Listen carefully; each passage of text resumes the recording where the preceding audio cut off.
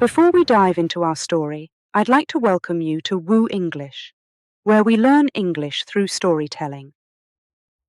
Our tales are crafted with clear and simple sentences to make your learning journey enjoyable and effective. If you find our stories helpful, please leave a comment below sharing your thoughts or any questions you might have. And if you like what you hear, don't forget to press the like button. Your likes motivate us to create more content for you. Now, let's embark on our story together. Chapter 1. A Prince of Macedonia. In the heart of the ancient world, nestled among towering mountains and lush valleys, lay the Kingdom of Macedonia. It was a land rich in history and tradition, where the whispers of the past mingled with the ambitions of the present. In this realm of warriors and scholars, a prince was born. His name was Alexander. Alexander's early life was set against the backdrop of a palace filled with the hustle and bustle of court life. His father, King Philip I, was a ruler of great ambition, known for his skill in both diplomacy and war. His mother, Queen Olympias, was a woman of strong will and fierce determination. From his parents, Alexander inherited a passion for glory and a heart that yearned for adventure. The young prince's days were filled with the rigorous training expected of a Macedonian noble. He learned to ride, to fight, and to command under the watchful eyes of his tutors. Yet Alexander was not like other boys.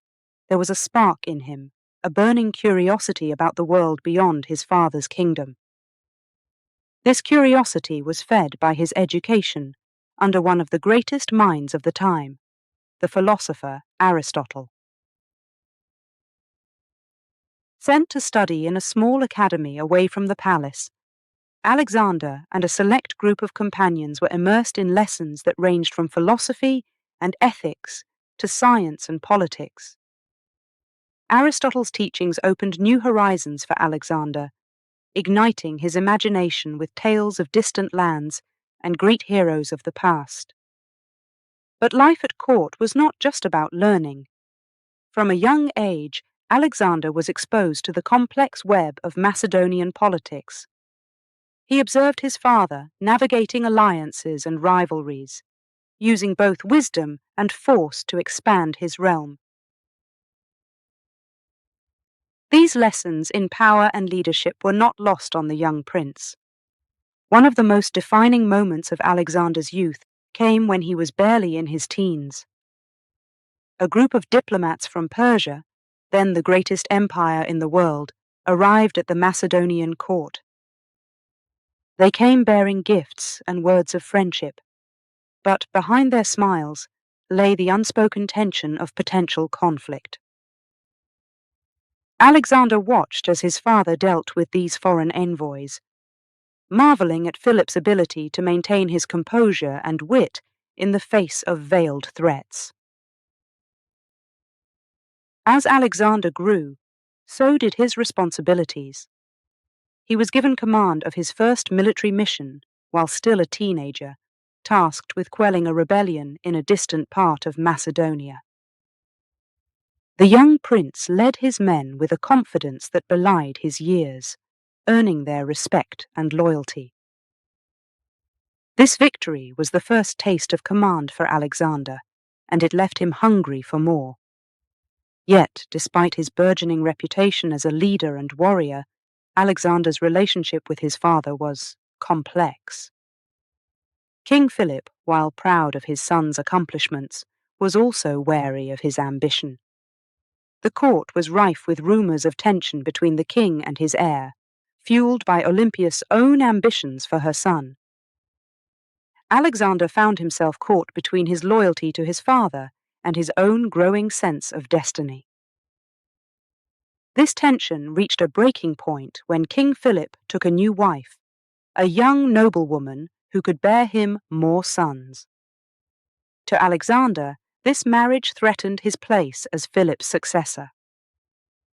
During the wedding feast, a drunken argument broke out between Alexander and one of Philip's supporters, who implied that Alexander was now less significant in the line of succession. Enraged, Alexander hurled his goblet at the man, only to be rebuked by his father. The confrontation ended with Alexander storming out of the feast, his relationship with Philip more strained than ever. In the aftermath, Alexander and his mother Olympias left the Macedonian court, seeking refuge among their allies. This period of exile was a time of reflection for Alexander. Away from the palace, he pondered his future and the kind of ruler he wanted to be. He dreamed not just of ruling Macedonia, but of uniting the Greek city-states and leading them against their common enemy, Persia. The estrangement from his father did not last long, however. Macedonia needed a strong and united leadership to face its challenges, and Philip knew that Alexander was integral to his plans. Father and son reconciled, and Alexander returned to court with a renewed sense of purpose. His time would soon come.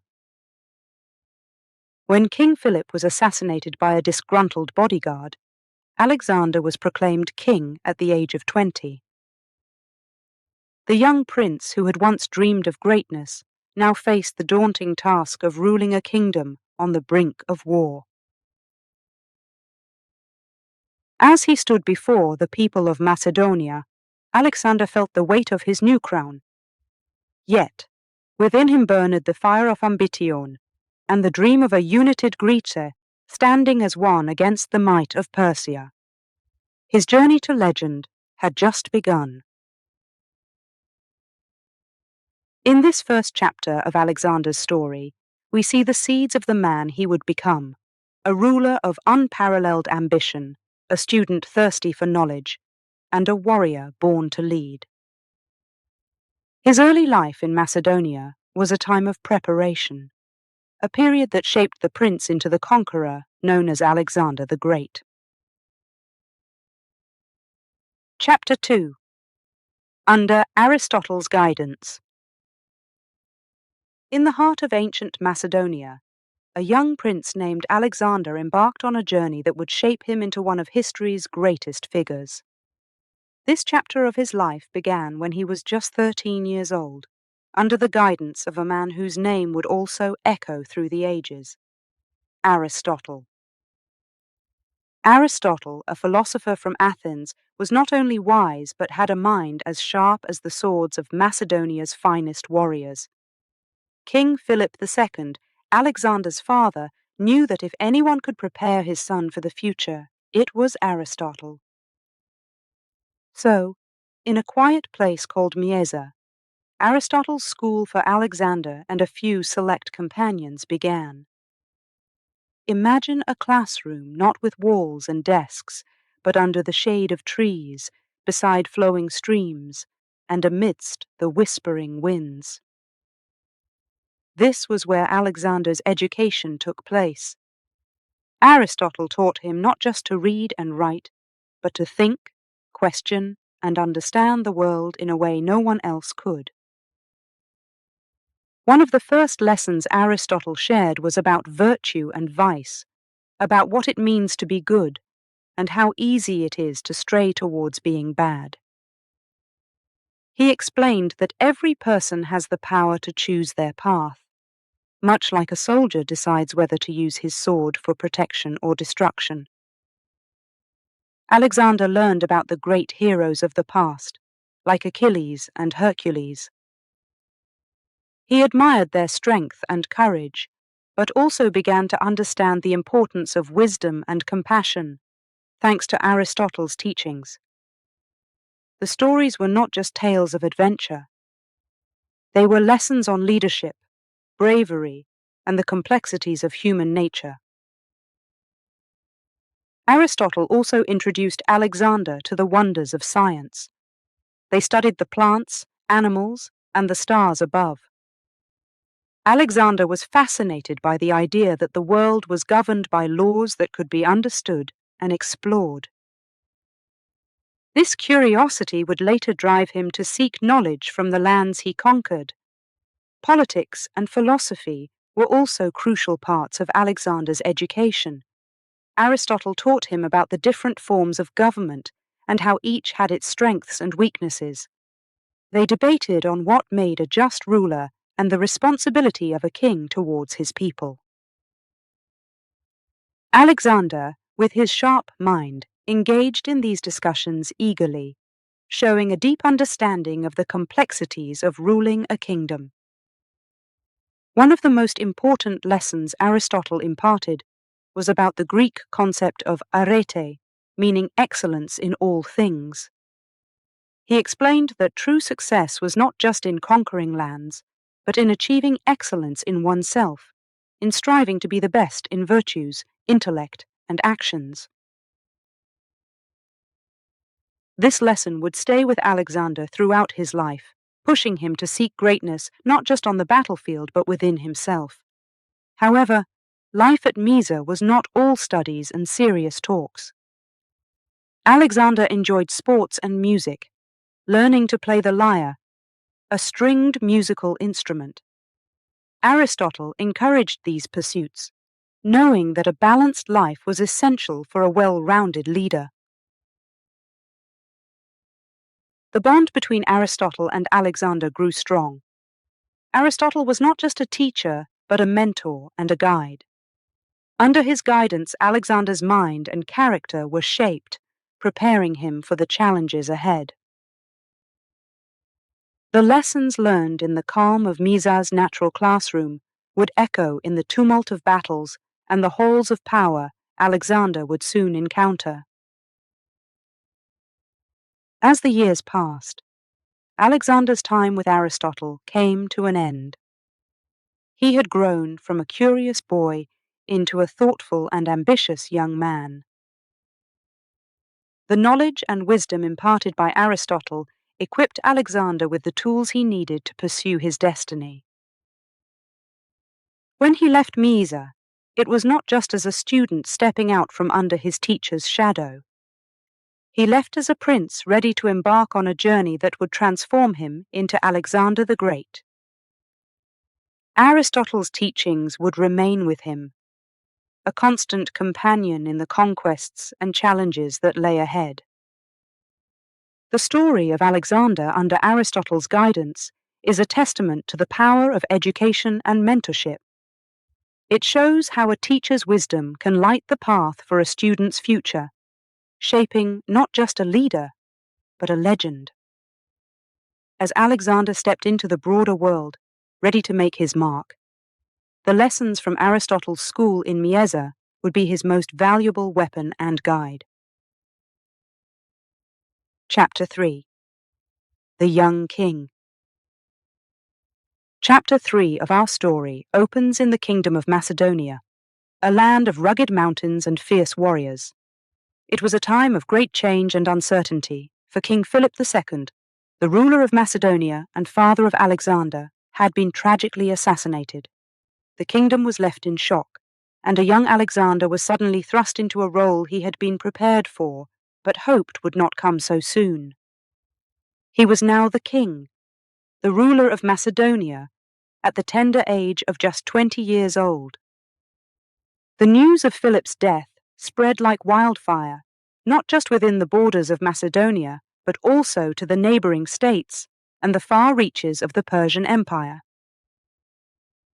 Some saw an opportunity in this tragedy, thinking Macedonia would be weak with a young king. They could not have been more wrong. Alexander, though young, was not a boy to be underestimated. He had been educated by the best, including Aristotle, and had spent his life watching his father turn Macedonia into a powerful kingdom. Alexander knew that to keep his kingdom safe and united, he must act swiftly and decisively. His first challenge came from within. Some of Macedonia's regions saw Philip's death as a chance to regain their independence. Alexander responded with a mixture of diplomacy and force. He marched his army into these areas, showing that he was not just a boy on the throne, but a king ready to defend his kingdom. His message was clear: Macedonia would remain united, but Alexander's vision went beyond just keeping his father's kingdom intact. Philip had dreamt of conquering Persia, the vast empire to the east that had once sought to dominate Greece. Alexander inherited this dream, but he also made it his own. He began preparing for a campaign that would change the world. He worked to secure his northern borders, striking swiftly against the Thracians and Triballi. These victories were not just military triumphs, they were messages to his enemies and his allies alike. Alexander was showing that he was a leader to be respected and feared. Meanwhile, in the south, the Greek city-states were watching Alexander's rise with a mix of awe and anxiety.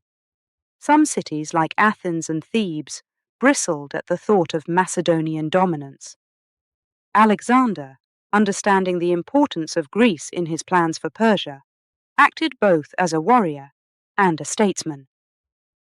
He offered peace and protection to those who would recognize him as their leader, but he was also ready to use force if necessary. The young king's determination was put to the test in Thebes, where a rebellion against Macedonian rule broke out. Alexander's response was swift and brutal. He besieged Thebes, and after taking the city, he destroyed it as a warning to others who might challenge his authority. While the destruction of Thebes was a dark moment, it served its purpose. Other Greek city-states, seeing the fate of Thebes, chose to join Alexander rather than oppose him. With Greece secured, Alexander turned his attention to the grand stage of his ambition, Persia. He began gathering an army, not just of Macedonians, but of all Greeks who were willing to join him in his quest. This army was to be a force unlike any the world had seen, equipped with the finest weapons and led by a king who had proven himself on the battlefield and in the halls of power. Alexander also understood that a successful campaign against Persia would require more than just military might. He needed a strong economy to fund his army and a stable kingdom to ensure there was a home to return to. He worked tirelessly, implementing reforms to strengthen Macedonia's economy and ensuring that his rule was secure. As preparations for the campaign against Persia continued, Alexander's mind often returned to the lessons of his youth.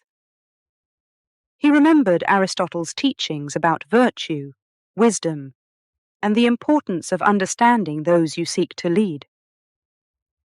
These lessons would guide him not just in conquering new lands, but in ruling them. The chapter closes on the eve of Alexander's departure for Asia.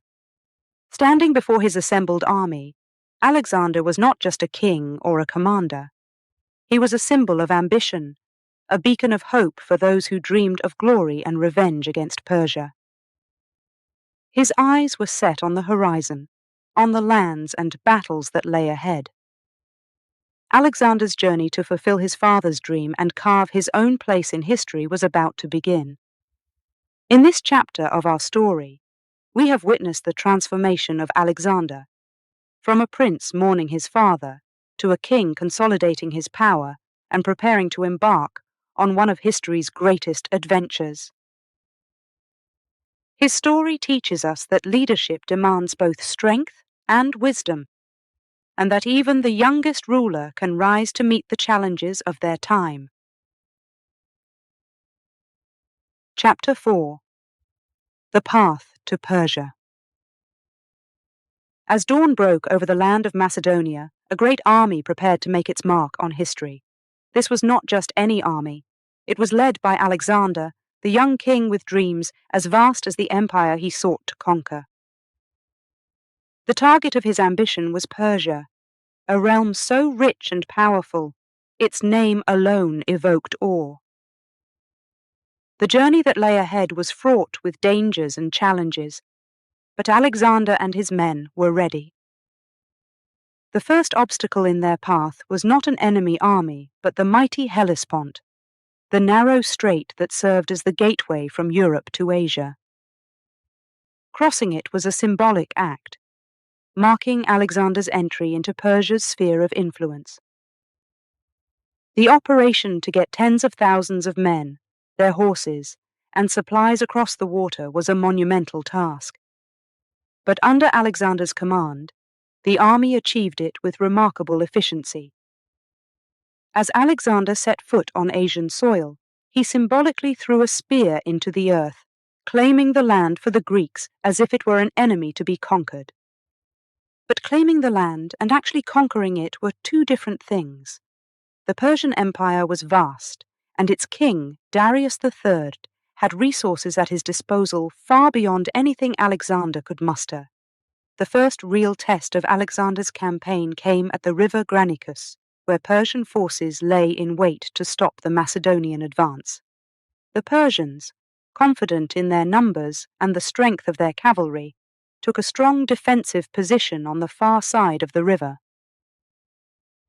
Alexander's generals advised caution, suggesting that they wait until dawn to attack. But Alexander, eager to prove his mettle and make a statement to both his allies and enemies, ordered an immediate assault. The battle that ensued was fierce. The Macedonians had to fight their way across the river under a hail of arrows, then engage the Persian cavalry, renowned for their skill and bravery. Alexander himself led the charge, displaying a recklessness that both inspired and terrified his men. He plunged into the heart of the battle, fighting hand to hand against Persian nobles. The Macedonians were at a disadvantage, struggling against the current of the river and the determined defense of the Persian troops. But Alexander's leadership turned the tide. His audacity and skill as a warrior motivated his troops to push harder, driving the Persians back. The battle was brutal, and for a time it seemed as if Alexander's campaign might end before it truly began. But the discipline and training of the Macedonian phalanx, combined with the effectiveness of their cavalry, eventually prevailed. The Persians were routed, and their commanders fell one by one. The victory at the Granicus was a pivotal moment for Alexander and his army. It demonstrated to the Greeks, the Persians, and the world that Alexander was a force to be reckoned with. It also sent a clear message to Darius III. Alexander was not merely raiding his borders, but aiming for the heart of his empire. However, the victory was not without cost. Many brave Macedonians fell in battle, and Alexander himself had several close calls. The battle taught him the importance of caution and strategy over mere bravery. It was a lesson he would take to heart in the campaigns to come. The aftermath of the Granicus opened the doors of Asia Minor to Alexander. City after city fell to his forces, not just through conquest, but also through diplomacy. Alexander's reputation as a liberator preceded him, and many cities welcomed him as a hero who would free them from Persian rule. But even as he celebrated his victories, Alexander knew that the hardest challenges lay ahead. Darius III was gathering a massive army to crush the invaders, and the terrain of the Persian Empire would test the limits of his men's endurance. Yet, the young king's eyes were always on the horizon, always looking towards the next battle, the next victory. With the crossing of the Hellespont and the triumph at Granicus, Alexander had taken the first steps on the path to Persia. The journey would be long and fraught with peril, but for Alexander, there was no turning back. He had set his sights on conquering an empire, and nothing less would satisfy the ambition that burned within him. In this chapter, we have followed Alexander on the initial stage of his epic campaign, witnessing his boldness in crossing into Asia and his tactical genius at the Battle of Granicus. These early successes set the stage for what was to come, laying the foundation for his legend. As we close this chapter, we are left to ponder the blend of courage, ambition, and leadership that drove Alexander forward, forever changing the course of history. Chapter 5. The Siege of Tyre. After the victory at Granicus, Alexander's campaign continued through Asia Minor. But a new challenge loomed on the horizon: the city of Tyre. Tyre was not just any city, it was a fortress on an island, surrounded by the deep blue waters of the Mediterranean Sea. Its walls were tall and strong, and its people were determined defenders. For Alexander, conquering Tyre was essential. It was not only a strategic military target, but also a symbol of his determination to control the seas and ensure the safety of his fleet. As Alexander approached Tyre, he sent messengers to the city, offering peace if they would submit to his rule. The Tyrians, confident in the strength of their fortress, refused.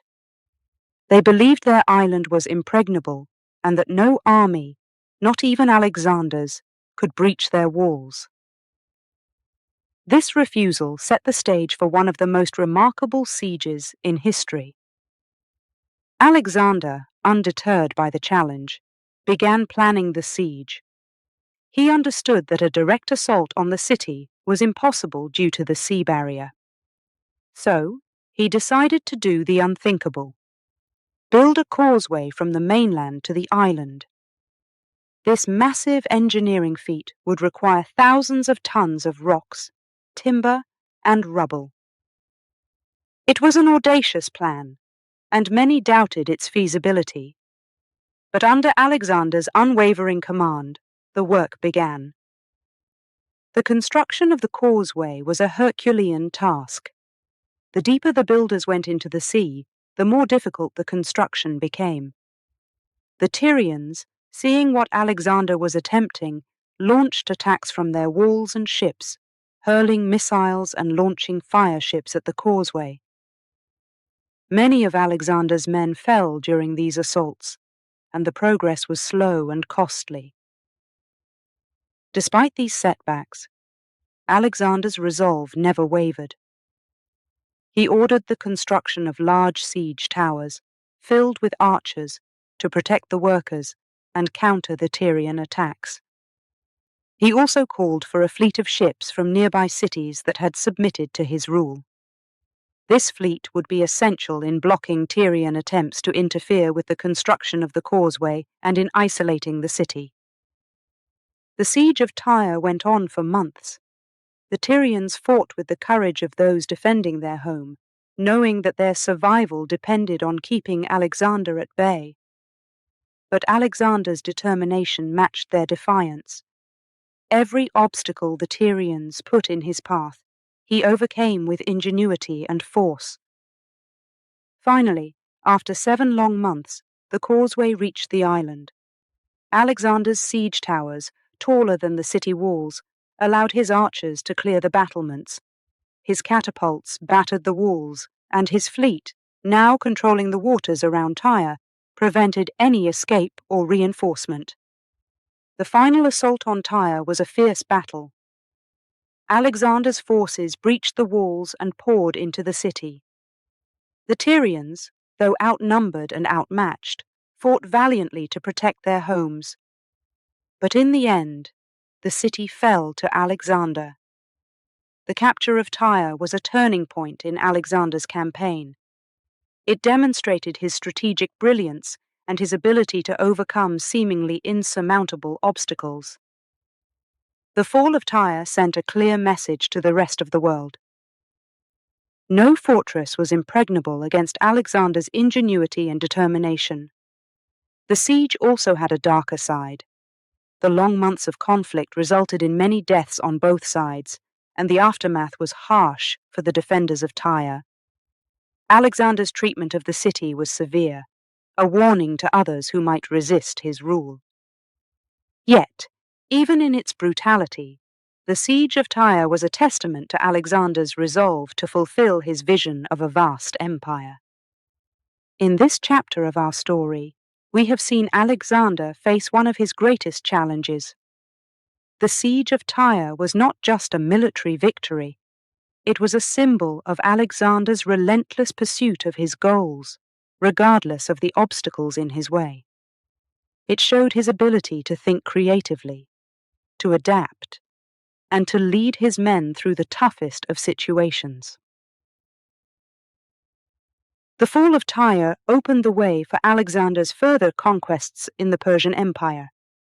It solidified his control over the Mediterranean coast and provided a base from which he could launch his campaigns deeper into enemy territory. As we leave this chapter behind, we are reminded of the complexities of leadership and the heavy costs of ambition. Alexander's journey continues, driven by his dream of empire and marked by both his remarkable achievements and the challenges he faced along the way. Chapter 6. Egypt's New Ruler. After the arduous siege of Tyre, Alexander and his army continued their march toward Egypt. The land of the Nile, with its ancient mysteries and colossal monuments, was under Persian control. But unlike the fierce resistance he encountered before, Alexander was greeted not as an invader but as a liberator. The Egyptians, weary of Persian rule, saw in Alexander a powerful ally who could restore their lands to greatness. As he entered Egypt, the warmth of the welcome surprised Alexander. From the common folk to the priests, everyone hailed him as a hero. They were ready to embrace him as their pharaoh, a role that Alexander, ever the strategist, was willing to accept if it meant securing his position in Egypt. One of Alexander's first actions in Egypt was to visit the oracle of Siwa.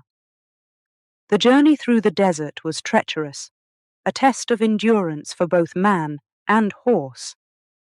The desert stretched out in all directions, a sea of sand and scorching sun, yet Alexander was determined. The oracle of Siwa was said to be a direct connection to the gods, and Alexander sought its counsel. Upon reaching the oasis of Siwa, Alexander consulted the oracle in private. What was said in that sacred space remains a mystery. But when Alexander emerged, his resolve was stronger than ever. He believed he had the gods' favor for his conquests. With the blessing he believed he had received, Alexander set his sights on a grand project. He would build a city that would bear his name, Alexandria. Located by the Mediterranean Sea, Alexandria was envisioned as a center of commerce, culture, and learning. Alexander laid out the plan for the city himself, envisioning wide streets, grand palaces, and a harbor that would welcome ships from all corners of the world. The founding of Alexandria was symbolic of Alexander's ambitions. It was to be a link between Greece and the rich lands of Egypt, a place where cultures could meet and blend. Alexander's vision for the city reflected his broader vision for his empire, where diverse peoples could live together under his rule. But Alexander's stay in Egypt was not just about building cities and seeking divine approval. It was also a time for him to strengthen his control over the region. He made offerings to the Egyptian gods, respecting local customs and traditions. In return, the Egyptians gave him their loyalty. They saw in him not just a conqueror, but a pharaoh who could lead them to prosperity. Alexander's time in Egypt laid the foundations for what would become one of the most important cities of the ancient world. Alexandria would go on to be a beacon of knowledge, home to the famous Library of Alexandria and the Lighthouse, one of the 7 wonders of the ancient world.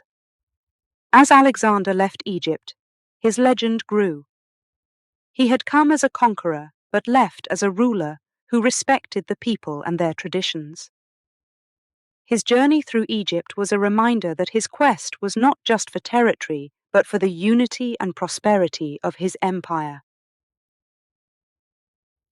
In this chapter of our story, we have seen Alexander in a new light.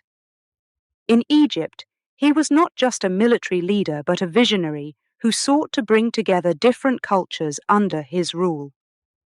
His visit to the Oracle of Siwa and the founding of Alexandria were steps toward realizing his dream of a vast, diverse empire. As we close this chapter, Alexander's journey continues. Ahead of him lie more battles, more cities to conquer, and more dreams to fulfill. But his time in Egypt will be remembered as a moment when the conqueror paused to build, to dream, and to seek wisdom from the gods. Egypt welcomed him as a liberator, and in return, he gave them a city that would outlast empires, Alexandria, the jewel of the Mediterranean. Chapter 7. The Battle of Gaugamela. After leaving Egypt, Alexander's next great challenge was the Battle of Gaugamela, a confrontation that would decide the fate of the Persian Empire. This battle was not just another conflict. It was a clash between two of the greatest armies of the ancient world, led by two formidable leaders, Alexander and King Darius III of Persia. The battlefield was chosen by Darius near the village of Gaugamela. It was a vast open plain which Darius believed would favor his larger army and his chariots equipped with scythe blades.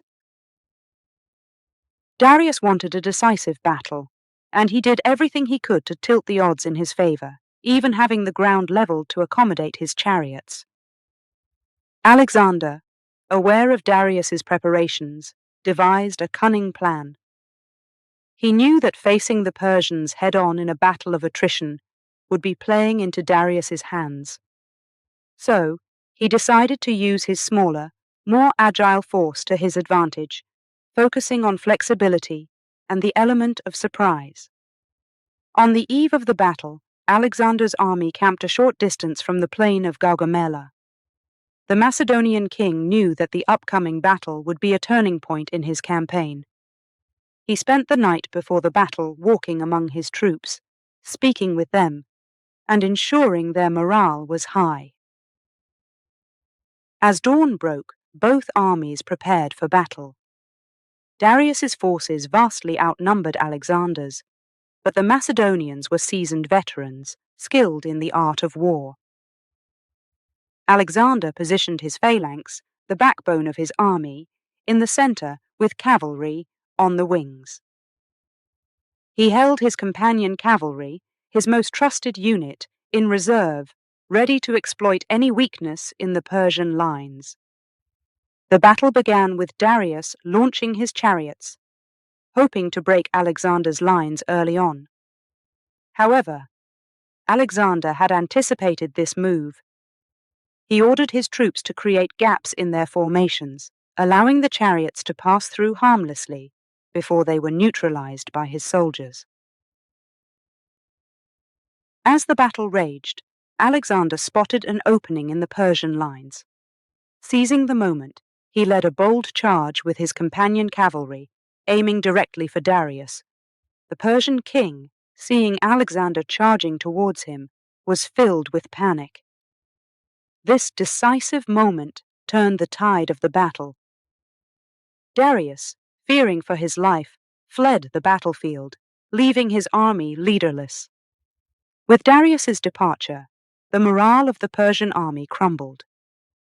Alexander's forces pressed their advantage, and soon the mighty Persian army was in retreat. The Battle of Gaugamela was a stunning victory for Alexander. It showcased not only his brilliance as a military tactician, but also the discipline and courage of his army. The aftermath of Gaugamela was significant. Darius's flight left the Persian Empire vulnerable, and Alexander was quick to capitalize on this. He marched his army into Babylon, then Susa, and finally Persepolis, the heart of the Persian Empire. These cities opened their gates to Alexander, who was now seen as the legitimate successor to Darius. The victory at Gaugamela was Alexander's greatest military achievement. It was not just the skill of his army that won the day, but his ability to adapt to the battlefield's realities. He had faced an enemy that outnumbered him significantly and had turned what seemed like insurmountable odds into a decisive victory. This chapter of Alexander's story is a testament to his prowess as a military leader and his vision as a commander. The Battle of Gaugamela was more than just a clash of armies. It was a battle that reshaped the ancient world, bringing the vast territories of the Persian Empire under Alexander's control. As we conclude this chapter, we reflect on the lessons of Gaugamela. It teaches us about the importance of leadership, strategy, and the will to seize the moment when destiny calls. Alexander's victory at Gaugamela was a turning point in his conquest of the Persian Empire, a feat that would immortalize him as one of history's greatest conquerors. Chapter 8. The King of Asia. Following the monumental victory at the Battle of Gaugamela, Alexander's journey took a new direction. He had not only defeated the mighty Persian army, but had also dethroned King Darius III, paving his way to claim the title of King of Asia. This chapter marks a significant turn in Alexander's quest, highlighting the shift from conquering lands to unifying and governing an empire. As Alexander marched through the vast territories of the Persian Empire, his approach to leadership began to evolve. He understood that to successfully rule his new domain, he would need to blend Macedonian and Persian cultures. This decision was not just practical. It was a strategic move to win the hearts and minds of his new subjects. Alexander's first step towards this cultural fusion was adopting Persian dress for himself and his close companions. This gesture, though simple, was profound. It symbolized respect for Persian traditions and a willingness to embrace the culture of the conquered lands. However, this decision was met with mixed feelings among his Macedonian soldiers. Some saw it as a betrayal of their own culture, while others understood the necessity of such changes for the sake of unity and stability. To further strengthen the bond between Macedonians and Persians, Alexander introduced the policy of marriages between his Macedonian officers and Persian noblewomen. This act was not only about forming personal connections, but also about creating alliances that would ensure loyalty and peace within his empire. These marriages were celebrated with grand festivities, showcasing the merging of two cultures and the beginning of a new era. Alexander also took significant steps in administration to integrate Persian customs and governance structures. He appointed Persians to high-ranking positions within the government, ensuring that the administration of the empire would be a blend of Macedonian efficiency and Persian tradition. This inclusivity extended to his army as well, with Persian soldiers being integrated into Macedonian ranks, creating a more diverse and robust military force. One of Alexander's most notable acts was his visit to the Persian ceremonial capital, Persepolis. The city was a symbol of Persian wealth and power, and Alexander's entry into the city was both a victory lap and a statement of his new role as the ruler of Asia. However, the subsequent burning of Persepolis, whether by accident or deliberate action, marked the end of the Persian Empire's glory and the irreversible transition of power to Alexander. Despite these efforts to unify his empire, Alexander faced challenges and resistance. Not all Persians were ready to accept a foreign ruler, and there were revolts and uprisings in various parts of the empire.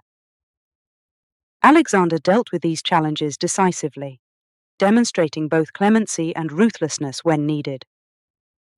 His actions, though sometimes controversial, underscored his primary goal: to maintain stability and unity within his vast empire. Alexander's journey through the Persian Empire was not just a military campaign, but a mission to forge a new world order. By adopting Persian customs and integrating different cultures, he sought to create an empire that was diverse yet unified under his rule. This vision of a blended empire was ahead of its time, and showcased Alexander's understanding of the complexities of governance and the importance of cultural inclusivity. As we close this chapter, Alexander's legacy as the King of Asia is not only marked by his military conquests, but also by his ambitious attempts to unify a vast and diverse empire. His strategies of cultural integration and governance laid the foundations for what could have been a lasting legacy of unity and prosperity. Alexander's dream of a united empire, where Macedonian and Persian cultures coexisted and thrived, remains one of the most intriguing aspects of his remarkable journey. The story of Alexander the Great is a testament to the power of ambition, the complexities of leadership, and the challenges of uniting diverse cultures under a single vision. As we reflect on this chapter of his life, we see a ruler who was not only a conqueror, but also a visionary, striving to create a new world from the mosaic of peoples and cultures he had brought together. Chapter 9: The Afghan Campaign. After securing the title of King of Asia and implementing strategies to unify his vast empire, Alexander the Great turned his attention to Afghanistan. This new chapter in his conquests proved to be one of the most challenging. Afghanistan's rugged terrain and the fierce independence of its people presented obstacles that even Alexander found daunting. The campaign in Afghanistan began with Alexander's march into the region, known for its harsh landscapes of towering mountains and deep valleys. Unlike the flat battlefields of Persia, Afghanistan's terrain was a formidable enemy in its own right. Alexander quickly realized that the conventional tactics used in previous campaigns would not suffice here. One of the first challenges Alexander faced was the guerrilla warfare tactics employed by the Afghan tribes. These warriors knew their land intimately and used it to their advantage, launching surprise attacks from the mountains and then disappearing before Alexander's forces could retaliate. The speed and mobility of these attacks frustrated Alexander and his army, accustomed to facing their enemies in open combat. To counter these tactics, Alexander adapted his approach. He divided his army into smaller, more mobile units, capable of rapid movements. These units were tasked with pursuing the Afghan warriors into the mountains, a dangerous and exhausting endeavor. Despite these efforts, the elusive nature of their enemy and the difficult terrain made progress slow and costly. The climate of Afghanistan also posed a significant challenge to Alexander and his men. The extreme conditions, from scorching days to freezing nights, tested the endurance of the Macedonian army. Supplies became scarce, and the harsh environment took its toll on the soldiers' health and morale. Despite these hardships, Alexander persisted. He understood the strategic importance of Afghanistan as a gateway to India and was determined to secure the region. He embarked on a series of campaigns to subdue the local tribes, employing both military might and diplomacy. Alexander sought to win over the people by respecting their customs and offering them protection under his rule. However, the loyalty of the Afghan tribes was hard-earned and often tenuous, as their allegiance could shift with the changing winds. One of the most significant moments of the Afghan campaign was the siege of the Sogdian Rock, a fortress thought to be impregnable. Situated on a high cliff, it was defended by a small but determined force. Alexander, never one to be deterred by the seemingly impossible, ordered a group of his best climbers to scale the cliffs under the cover of darkness. This audacious plan succeeded, and the fortress fell to Alexander, showcasing his willingness to take bold risks to achieve his objectives. The Afghan campaign was a turning point for Alexander and his army. It was here that they faced some of their most significant challenges, not just from their enemies, but from the environment itself. The campaign stretched the limits of their endurance, both physically and mentally. Yet, it also demonstrated Alexander's ability to adapt his strategies and tactics to meet the demands of unfamiliar and unforgiving landscapes. As Alexander's forces finally established control over the region, the campaign in Afghanistan left its mark on them. It was a testament to their perseverance in the face of adversity and their capacity to overcome the seemingly insurmountable. For Alexander, it was a reminder of the costs of empire building and the unpredictable nature of warfare. In this chapter of our story, we've seen a different aspect of Alexander's conquests. Away from the grand battles and political maneuverings, we've witnessed the grit and determination required to campaign in one of the most challenging terrains in the world. The Afghan campaign was not just a military endeavor. It was a struggle against nature itself, against the very elements and landscapes that shaped the lives of the people Alexander sought to bring under his rule. As we leave behind the rugged mountains and valleys of Afghanistan, we move forward in Alexander's journey, carrying with us the lessons learned from this grueling campaign. It was here that Alexander's resolve was tested and his ambitions met the hard realities of warfare and conquest. The Afghan campaign is a reminder of the human costs of Alexander's quest for empire and the enduring spirit of the people who call these ancient lands home. Chapter 10. The Indian Adventure. Following his grueling campaign in Afghanistan, Alexander set his sights further east, towards the lush and mysterious lands of India.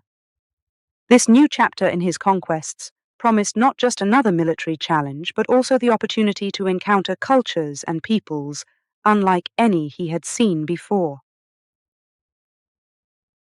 As Alexander and his army crossed into India, they were met with a landscape that was both beautiful and daunting. The dense forests, mighty rivers, and diverse wildlife of India presented a stark contrast to the deserts and mountains they had traversed before. Yet, it was not just the natural environment that was new. The societies and kingdoms of India were well organized and ready to defend their lands.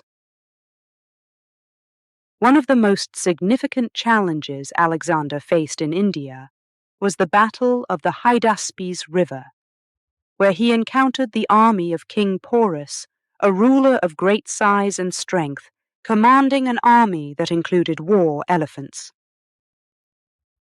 These towering beasts were unlike anything Alexander's soldiers had faced before, and their presence on the battlefield was both a physical and psychological challenge. The battle took place on the banks of the Hydaspes River, under the cover of a violent storm. Alexander, known for his tactical brilliance, devised a plan to cross the river without alerting King Porus. He led a part of his army across the river, at a point far from the main camp, under the cover of night and the sound of the storm masking their movements. When dawn broke, Porus was taken by surprise to find Alexander's forces ready to engage in battle on his side of the river. Despite the initial surprise, the battle was fierce and intense. King Porus and his men fought bravely, with the war elephants causing chaos in the Macedonian ranks. However, Alexander's cavalry and phalanxes, seasoned from years of campaign, managed to hold their ground and eventually turned the tide of the battle in their favor. The Battle of the Hydaspes River was a hard-fought victory for Alexander. It showcased his willingness to adapt his tactics and face new challenges head-on. The respect Alexander felt for Porus's bravery and leadership was such that, after the battle, he granted Porus his kingdom back, and the two became allies. This act of magnanimity towards a defeated enemy was a testament to Alexander's character and his vision of ruling not through fear, but through respect and alliance. Alexander's time in India was not solely defined by battles. He was fascinated by the culture and the people he encountered. The philosophers, or gymnosophists, who engaged in discussions with him left a lasting impression on Alexander, challenging his perspectives and broadening his understanding of the world. However, Alexander's journey into India also marked the limits of his campaign. His army, weary from years of continuous battle and long marches, eventually reached a point where they could go no further. The soldiers, who had followed Alexander through thick and thin, finally expressed their desire to return home, to see their families and lands they had left behind years ago. Faced with the discontent of his army and realizing the practical difficulties of extending his empire further into India, Alexander made the difficult decision to turn back. This decision marked the end of his eastern conquests and the beginning of the long journey back to Babylon. The Indian adventure was a defining chapter in Alexander's campaign, filled with battles against formidable foes, encounters with new cultures, and the realization of the limits of his ambitions. It was here that Alexander's dream of a world empire faced the hard realities of nature, distance, and the human spirit. As we close this chapter, we reflect on the complexities of Alexander's character, a conqueror who sought not just to defeat his enemies but to understand and embrace the cultures he encountered. His campaign in India was a testament to his brilliance as a military leader and his capacity for respect and admiration towards those he fought against. Alexander's journey through India remains one of the most captivating tales of his conquests, a story of adventure, battle, and the pursuit of a dream that stretched the boundaries of the known world. It reminds us of the enduring human desire to explore, to understand, and ultimately to find our place in the vast tapestry of history. Chapter 11. The World's End. The journey of Alexander and his army into the heart of India was marked by battles, alliances, and the discovery of new lands. However, as they reached the Beas River, the mood among the soldiers began to change. They had marched thousands of miles from home, fought countless battles, and now stood at the edge of the known world. The Beas River, flowing quietly in the distance, seemed to them like the end of the world. Alexander was eager to push further, to explore lands beyond the Beas River. His dream of a world empire had not faded. It burned brighter with every new territory he encountered. However, his men, who had followed him loyally through the deserts of Egypt, the mountains of Afghanistan, and the forests of India, were exhausted. They longed for their families and homes. The thought of marching into unknown lands filled them with dread, not excitement. Faced with the refusal of his army to go further, Alexander found himself at a crossroads. It was a moment of profound realization for him. No matter how grand his ambitions, they could not be achieved without the support of his men. Reluctantly, and with a heavy heart, Alexander agreed to turn back. It was a decision that marked the end of his eastward conquests. The journey back to Babylon was not an easy one. Alexander chose to return through the Gedrosian Desert, a route known for its harsh and unforgiving conditions. This decision puzzled many, but Alexander saw it as a test of endurance, a way to maintain the discipline and resolve of his army. The march through the Gedrosian Desert was grueling. The scorching sun, the lack of water, and the vast, empty landscape tested the limits of human endurance. Every step was a struggle for survival. The desert claimed the lives of many soldiers and camp followers, a stark reminder of the costs of ambition. Yet, even in the face of such hardships, there were moments of discovery and wonder. Alexander's keen interest in the world around him never waned.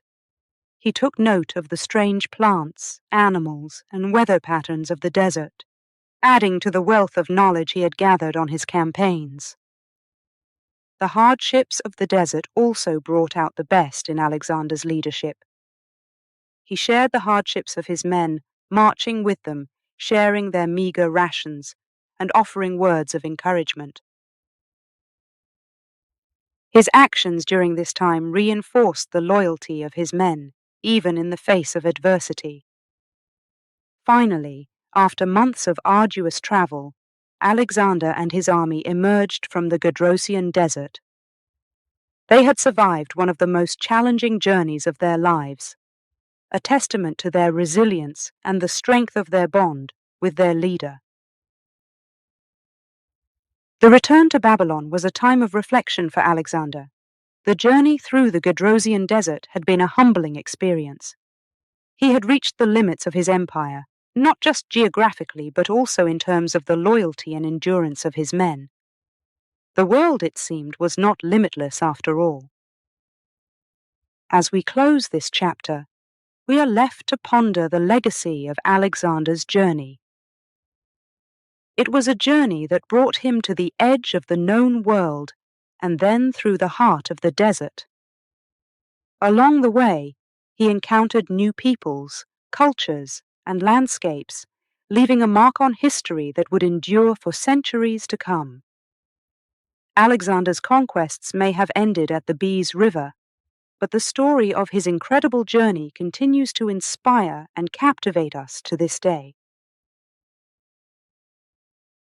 Chapter 12. The City of Susa.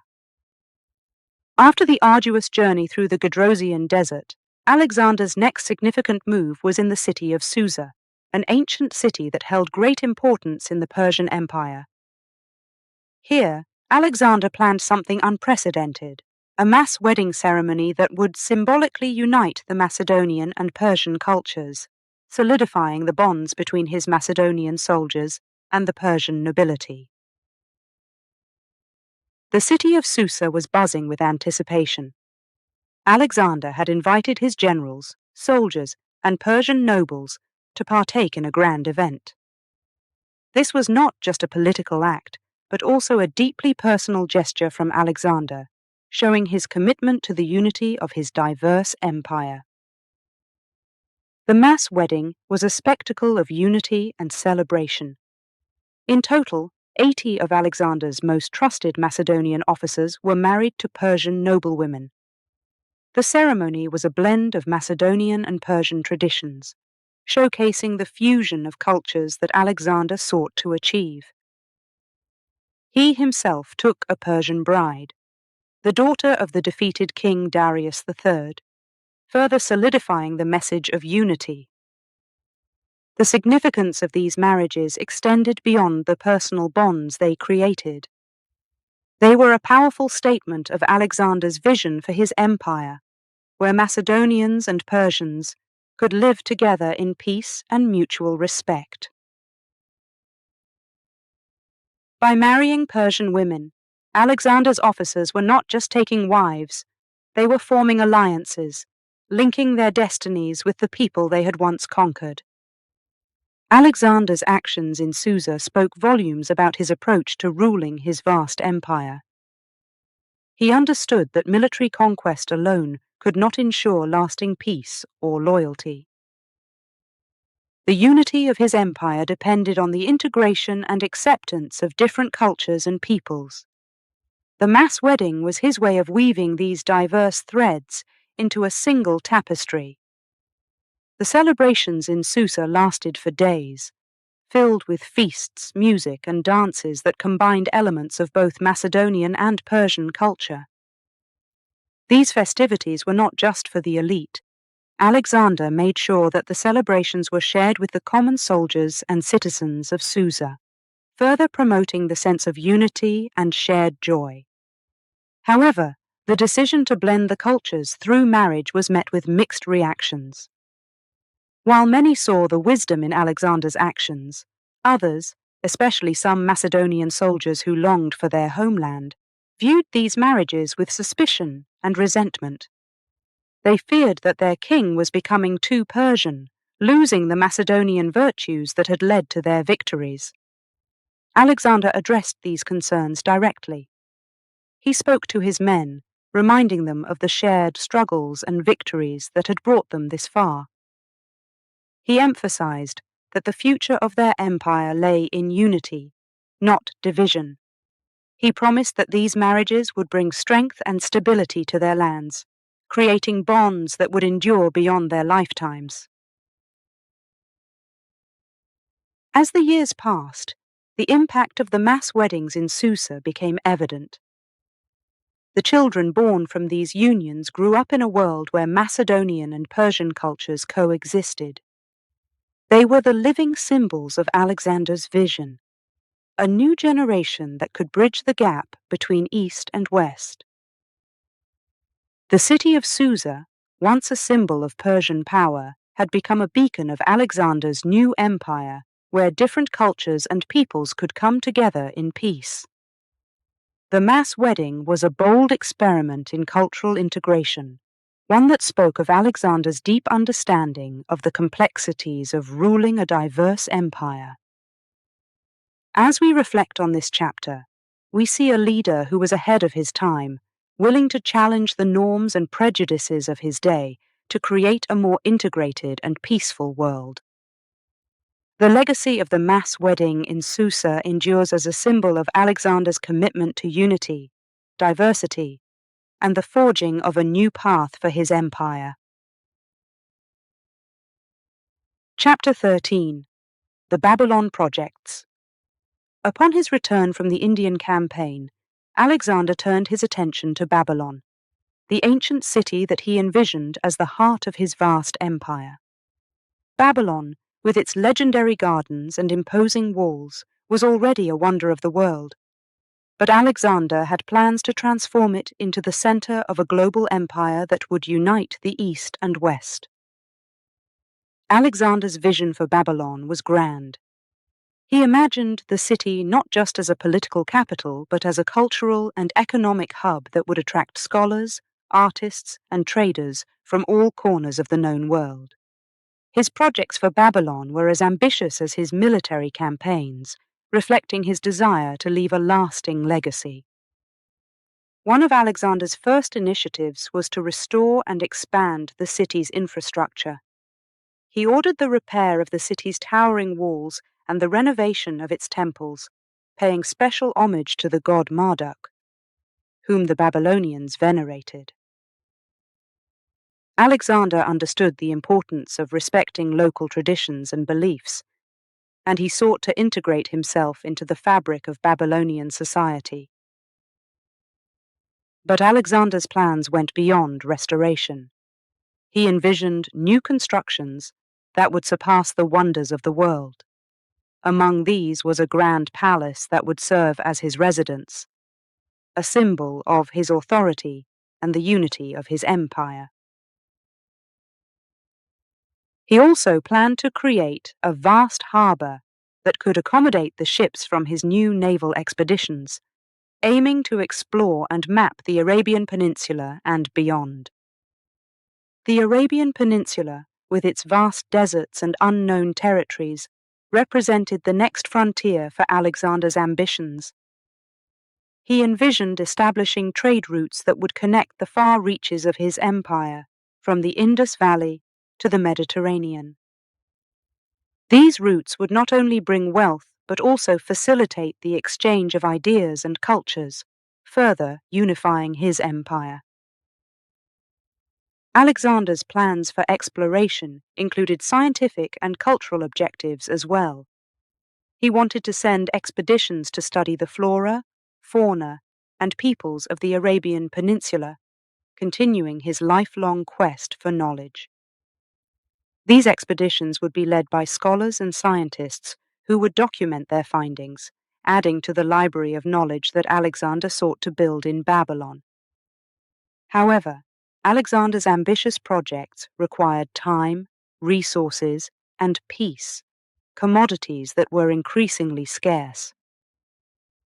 The vast empire he had built was difficult to manage, with unrest in some provinces and the constant need for military presence to maintain order. Moreover, Alexander's health began to decline, casting a shadow over his grand plans. Despite these challenges, Alexander pressed on with his projects, driven by the same determination that had led him to conquer the known world. He held meetings with architects, engineers, and scholars, discussing his plans and seeking their advice. Babylon began to buzz with activity as workers and artisans from across the empire gathered to contribute to its transformation. But fate had other plans. Before many of Alexander's projects could be realized, he fell gravely ill. The city of Babylon, which was to be the crown jewel of his empire, became the place where Alexander the Great's journey came to an end.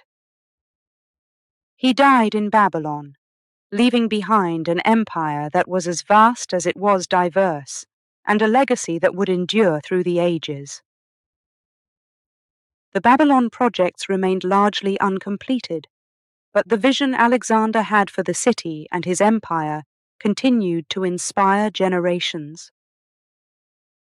His plans for Babylon reflected his broader aspirations for a world united under a single ruler, where different cultures and peoples could coexist and thrive. As we reflect on Alexander's ambitions for Babylon, we see a man who, even at the height of his power, was looking to the future, dreaming of new worlds to explore and new achievements to attain. The Babylon projects stand as a testament to Alexander's undying spirit of adventure and his unwavering commitment to the idea of a world empire that would bridge the divide between East and West. Chapter 14. The Death of a King.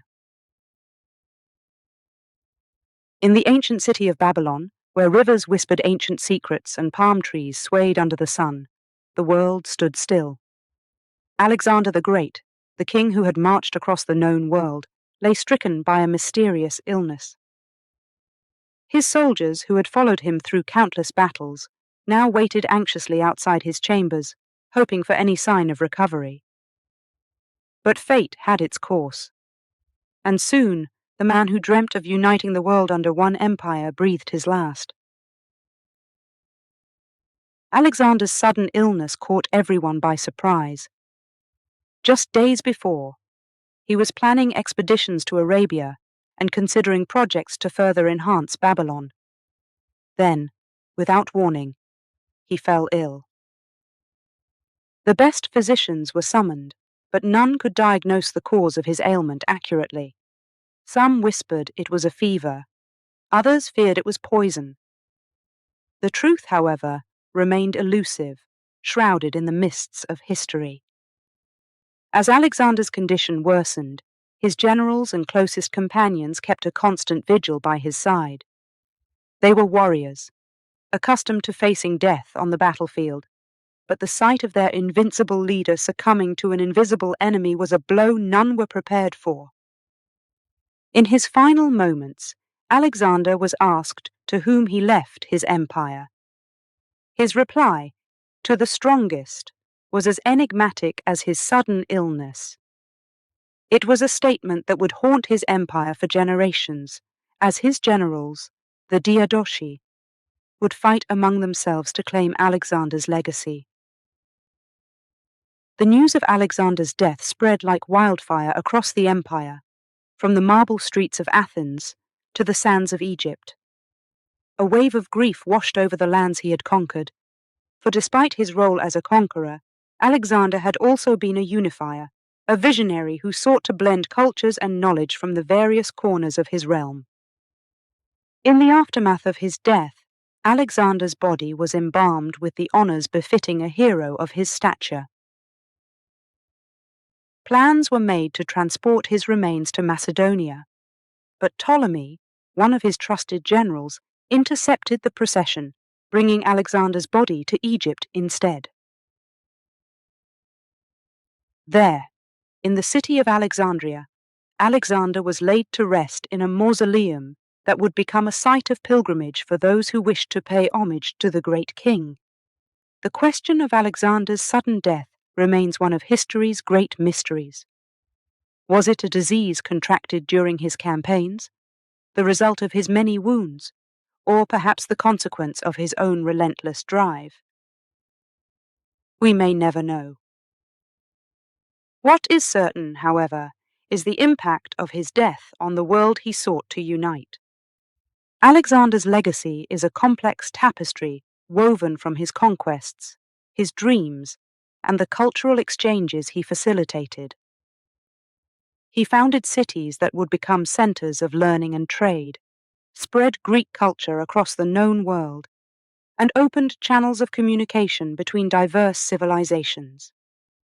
Yet, his empire, fragmented after his death, also serves as a testament to the impermanence of power and the fleeting nature of conquest. As we contemplate the life and death of Alexander the Great, we are reminded of the profound impact one individual can have on the course of history. His story, marked by triumph and tragedy, continues to captivate and inspire, a testament to the enduring allure of the dream of a united world.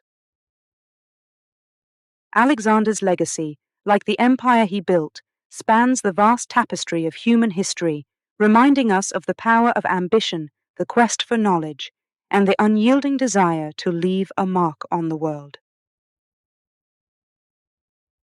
Chapter 15. The Empire Crumbles. With the passing of Alexander the Great, the vast empire he had built stood at a crossroads. The king had left behind no clear successor, and his empire, stretching from the rugged mountains of Macedonia to the sands of Egypt and the rivers of India, was now a leaderless expanse. His final words, "To the strongest," ignited a struggle for power among his generals, known as the Diadochi. This struggle would eventually lead to the fragmentation of the empire and the rise of the Hellenistic world. The days following Alexander's death saw the beginning of the end for the unified empire he had envisioned. His generals, once united under Alexander's leadership, now saw an opportunity to carve out kingdoms for themselves. The empire was divided into several realms, each ruled by one of Alexander's former generals. Ptolemy took control of Egypt, Seleucus claimed the vast stretches of the Near East, and Antigonus became ruler of a large portion of Asia Minor. Meanwhile, Cassander established his dominion in Macedonia and Greece. This division was not a peaceful process. It led to years of conflict, as the Diadochi fought among themselves and against others who sought to claim a piece of Alexander's empire. These wars reshaped the map of the ancient world, with each general striving not just for territory, but for the legacy of Alexander himself. Despite the empire's fragmentation, Alexander's influence remained undeniable. The period that followed his death is known as the Hellenistic Age, a time when Greek culture spread throughout the Near East and beyond, blending with local traditions and creating a vibrant new world of cultural and intellectual exchange. In the cities founded by Alexander and his successors, Greek became the language of administration and culture. This facilitated the spread of Greek philosophy, science, and art, influencing societies far beyond the original boundaries of Greece. The Library of Alexandria in Egypt became a symbol of this cultural synthesis, attracting scholars from all over the known world. One of the most significant impacts of Alexander's rule and its aftermath was on the city of Alexandria.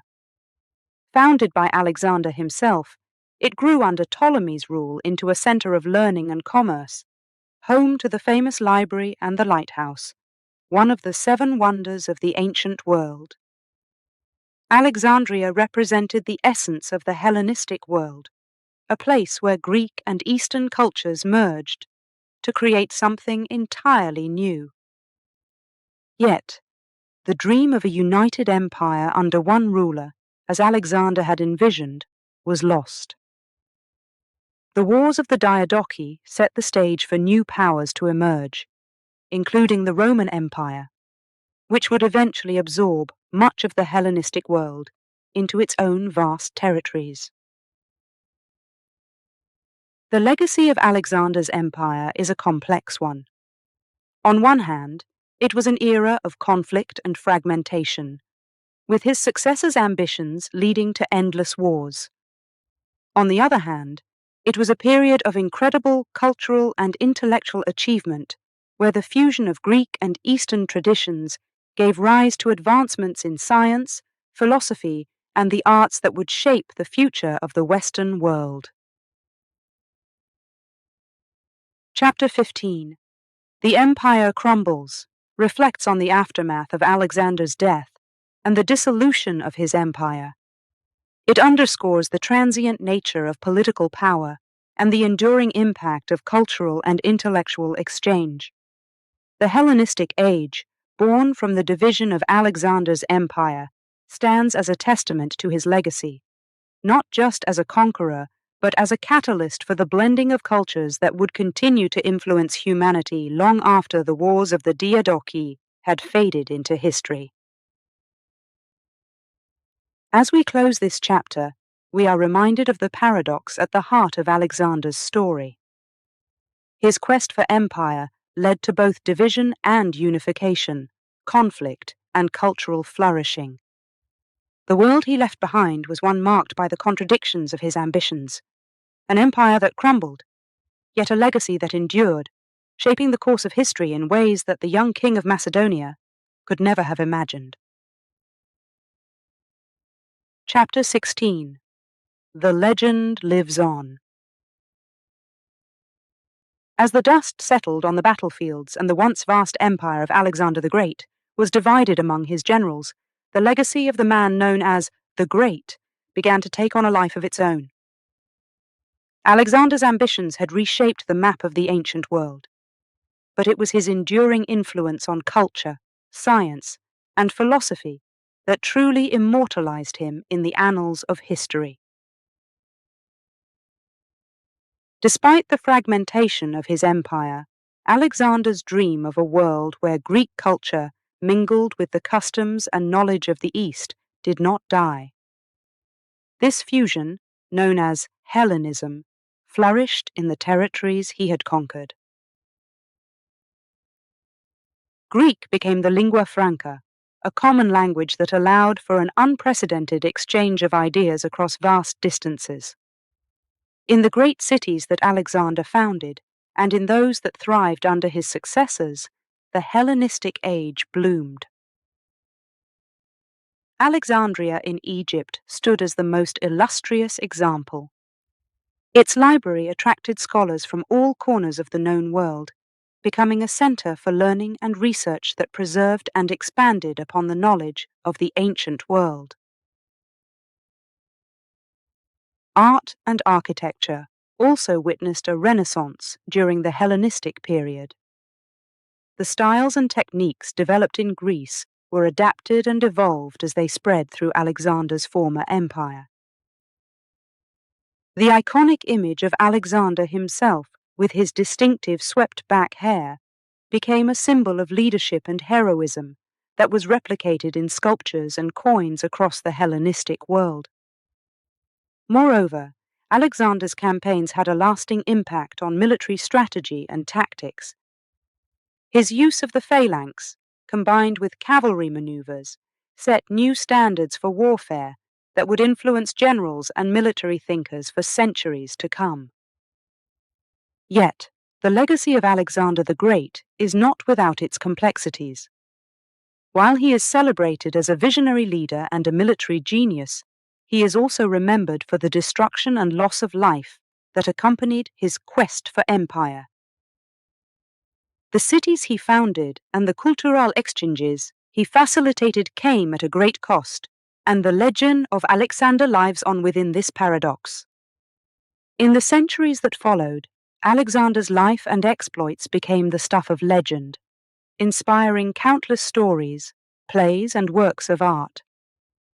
He was studied by the Romans, who admired his achievements and sought to emulate his successes. In the Middle Ages, Alexander was celebrated as a model of chivalry and virtue, his story told and retold in numerous languages across Europe and the Middle East. Today, Alexander the Great continues to captivate the imagination of people around the world. His life is studied by historians and archaeologists who seek to uncover the truth behind the legend. He is a subject of fascination in popular culture, depicted in films, novels, and television series that attempt to capture the essence of his character and the epic scope of his adventures. Chapter 16. The Legend Lives On is a reflection on the enduring legacy of Alexander the Great. It is a testament to the power of ambition and the quest for knowledge, as well as the complexities of history and the impact of one individual's dreams on the world. Alexander's conquests spread Greek culture across the known world, influencing countless generations and leaving a mark on civilization that lasts to this day. As we explore the legacy of Alexander, we are reminded of the dual nature of his achievements. He was both a creator and a destroyer, a unifier and a conqueror. His vision of a world united under Hellenism brought about cultural exchanges that enriched humanity. Yet it also led to conflicts that reshaped the ancient world. The story of Alexander the Great is a reminder of the profound influence one person can have on the course of history. His legend lives on, not just in the territories he conquered or the cities he founded, but in the idea that it is possible to dream of a world beyond the known, to reach for the impossible, and in doing so, leave a legacy that endures through the ages. Chapter 17. Reflections. As we reach the end of our journey through the life and times of Alexander the Great, it's a moment to pause and reflect on the man whose ambitions reshaped the ancient world. Alexander's story is one of unparalleled achievements, marked by both brilliance and controversy.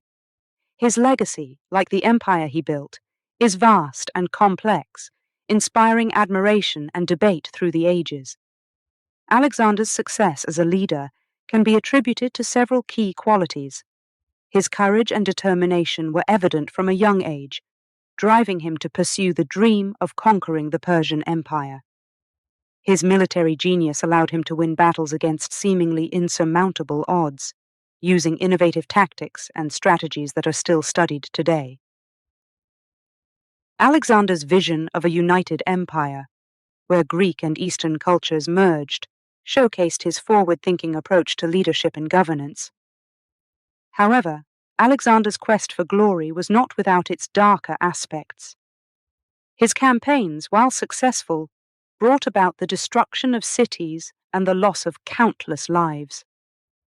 The manner in which he dealt with dissent and rebellion within his ranks and among conquered peoples has been a point of contention among historians. Alexander's personality, characterized by moments of great generosity and ruthless ambition, has led to varied interpretations of his actions and intentions. The controversies surrounding Alexander's legacy are as vast as the empire he once ruled. Some view him as a hero, a visionary leader who sought to bring about a new era of cultural exchange and understanding. Others see him as a conqueror, whose ambitions led to suffering and upheaval across the known world.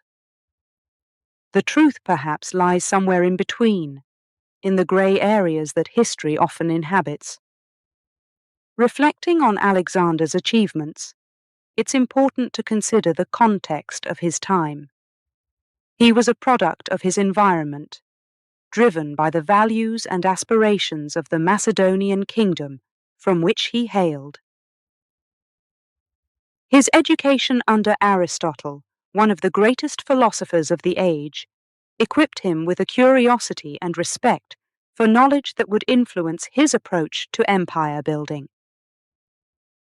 Alexander's vision of a united empire where diverse cultures could coexist and thrive was ahead of its time. While his dream of a lasting unity was not fully realized in his lifetime, the Hellenistic age that followed his death was a testament to the lasting impact of his conquests. The spread of Greek culture and ideas, along with the exchange of knowledge and traditions from the East, created a rich tapestry of cultural and intellectual achievement. As we reflect on the life of Alexander the Great, we are reminded of the complexities of history and the multifaceted nature of leadership. Alexander's story is a reminder of the power of ambition, the costs of conquest, and the enduring quest for understanding and unity among diverse peoples. Chapter 17, Reflections, invites us to ponder the legacy of Alexander, not just as a historical figure, but as a symbol of the human desire to reach beyond the known, to achieve greatness, and to leave a mark on the world. His life challenges us to consider the balance between ambition and humility, power and responsibility, and the impact of our actions on the world and future generations. In the end, Alexander the Great remains a figure of fascination and inspiration, a reminder of the heights to which humanity can aspire and the depths it can reach in the pursuit of glory. His story, filled with achievements and controversies, invites us to reflect on our own place in the tapestry of history and the legacy we wish to leave behind.